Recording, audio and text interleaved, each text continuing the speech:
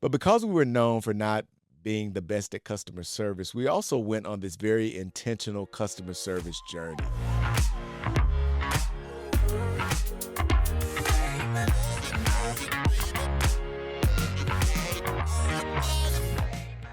Hello, this is Dr. Calvin Moore, CEO of the Council for Professional Recognition, and welcome to another episode of the Council Table. The last time I did a solo episode, we talked a little bit about my journey into the field of early childhood education. This time, I want to walk you through my leadership journey, and not just leadership, but how leadership can be transformative for an organization. I started my journey with the council as the CEO in May of 2020. And at that time, I think I was thinking about what impact can I make based on our current state. I don't know if you've been paying attention to the council over the past 3 or 4 years, but we are not the organization that we were in 2020. I'll give you a couple of examples of that. We were known for not necessarily having the best customer service, right? The other thing that we were grappling with at the time was that we were in the middle of a pandemic, and some of our systems, our very manual operational systems, were in crises. And so I had to decide what it was I was going to do to really have an evolution happen at the council. Note that I said evolution, not revolution. Those are two different things, and we can talk about that later. But I wanted the council to evolve and to become something different that really had the candidates' focus in mind. And so I went on a journey of getting my arms around the current culture of the organization. And so we did something very powerful in my estimation, was that we did a cultural assessment of the organization. Everyone had to take this cultural survey and give us their best thinking about where we were as an organization. And from that, I began to think about what can I do to change the culture. And the first thing I did was I had everyone read The Culture Code, which is a book that I love. It talks about how successful teams work and not necessarily about all the achievements and success, but sometimes their failure. And so I had everyone on staff read this book. And then we went through this um, intentional phase where we talked about what we read. We developed some action plans within each department to figure out how we can implement some of the things in that book. But because we were known for not being the best at customer service, we also went on this very intentional customer service journey. We read this book called The Guaranteed Customer Service Experience. We also invited the author of that book to come and talk to us and spend some time with us about his ideas on customer service. I had my leadership team go through a facilitated experience with another customer service guru at the time. I wanted customer service to be part of our DNA at the council. The other thing that I did was to stand up an HR function. Believe it or not, when I came on board, we did not have a clearly defined HR department at the council. I knew that I had to shake some things up, right, and make some people uncomfortable. And I wanted to do it in a formal way with a formal process because I wanted it to be done with this notion of servant leadership, which I really appreciate. When you embrace servant leadership, what that means is that the leader has the best interest of those he or she is leading at heart. In other words, we want the power dynamic to be shared between the leader and the folks who are following. And as a servant leader, I was really concerned about the well being of my people. And so, without a clear HR function, I could never be sure that what their desires were, the resources that they needed, I could never be sure that I was always on the pulse of those things where my staff was concerned. And so, it's critically important. I also learned that the only way that you can really attract top talent is to have a really formal HR function. And now I'm happy to say that everybody wants to work at the council. I mean, whenever we have an opening, we have had such an evolution at our organization that people want to be part of this amazing team that we're pulling together. I didn't start at the council. I came to the council having a lot of experiences, a lot of formative experiences.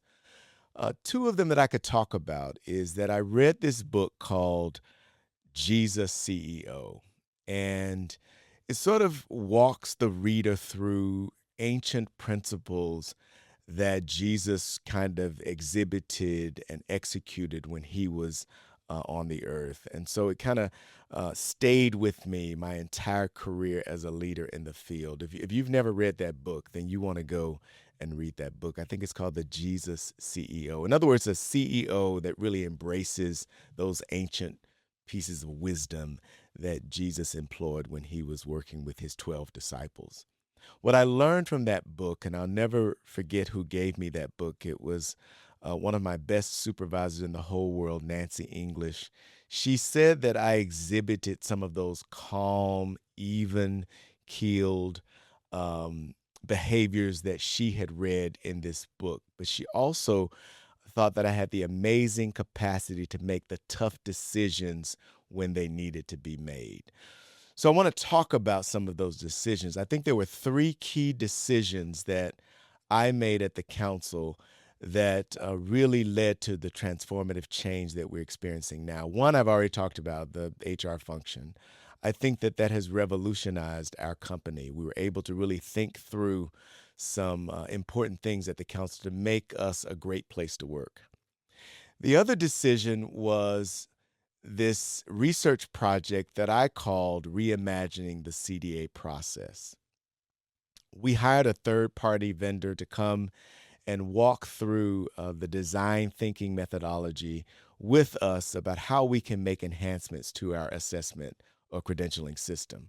What I loved about that is that these people really didn't know us at all. So not only were they taking us through this intentional process, they were getting to know us and getting to know our end user as they took us through that process.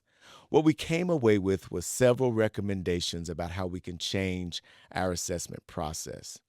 And as you know, we just made some significant enhancements to our credentialing process because we've heard from you and you have some strong opinions about some of those changes.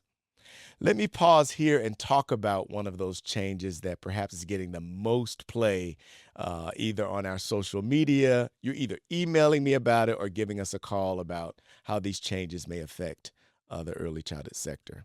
And that is the verification visit. What you know now, if you've been paying attention to these changes that we've made, that the verification visit is now after the exam. So you take your exam first, and that depending on how well you do on the exam, you'll be transitioned to the verification visit. When we looked at the psychometric data over time, what we learned is that not everybody will need a verification visit. So if you score high enough on the exam, you can go directly to the decisioning process. But for everyone who needs the visit, they can be assured that they will have a visit in our process. The other thing that you can be guaranteed is that we will always depend on multiple pieces of evidence to make our decision. So there will be some additional decisions that we'll make around these enhancements, but I wanted you to know that we have your best interest at heart whenever we make a critical decision about our credentialing process. The final decision that I think you might be interested in hearing about is the decision that I made to step away from the Commission on Professional Excellence in Early Childhood Education. That was a very challenging decision because we had been part of this movement in our field toward a unifying field of practice. If you remember a few years ago, there was this process called the Power to the Profession. 14 organizations came together, and the council was part of that group. And through those efforts, a unifying framework was determined. Then there was a task force set up, and the council was part of that task force. And then the commission was set up as a result of the task force work, and we were part of that commission. What I learned through that experience is that we were presented with some um, issues where we were told we had a conflict of interest with some of the decisions that were being made at the commission level. I made the decision to step away because I never want to feel like there's a conflict of interest in any of the work that I do. And so while we made that critical decision, I believe now that it really freed us up to do the work that we're doing right now. In other words, we don't need permission to do the work that we've been doing for 40 years. And I think it allowed us to do it with a lot more creativity and a lot more honor to our processes. And so that's what I want to share with you um, in this conversation today. That whenever you're given the leadership mantle, you should never be afraid to make decisions. When I was in the classroom, I was never afraid to make decisions about the well being of the children in my care.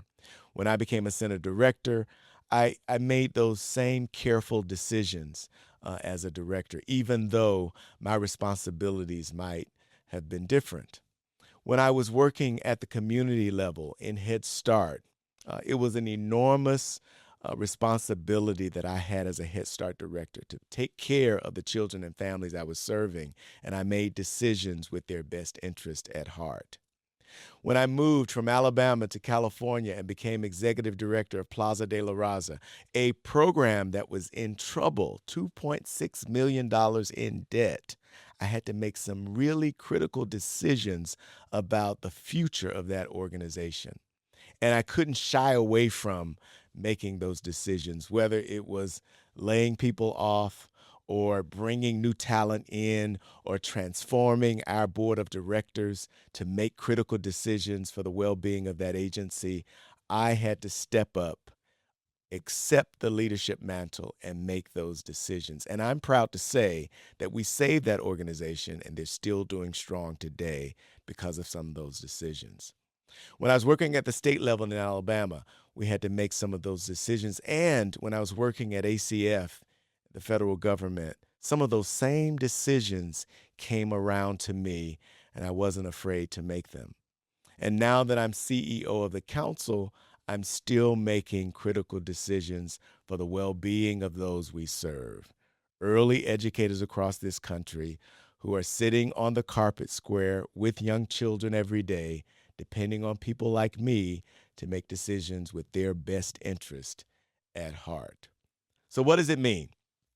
For leaders out there, I hope that I've shared with you how you can transform an organization by not being afraid to make those decisions, not being afraid of what people might say, not being afraid of people who may question those decisions, and always having integrity and knowing who you're making those decisions for. I think that my staff at the council can depend on me to make decisions on their best well-being. And I think that people who depend on our services want us to make critical decisions for them and with them in mind. And that I can assure you will do as long as I'm CEO. So thank you for spending this time with me. Thank you for being part of another episode of the Council Table. And remember, there's room for you at this table.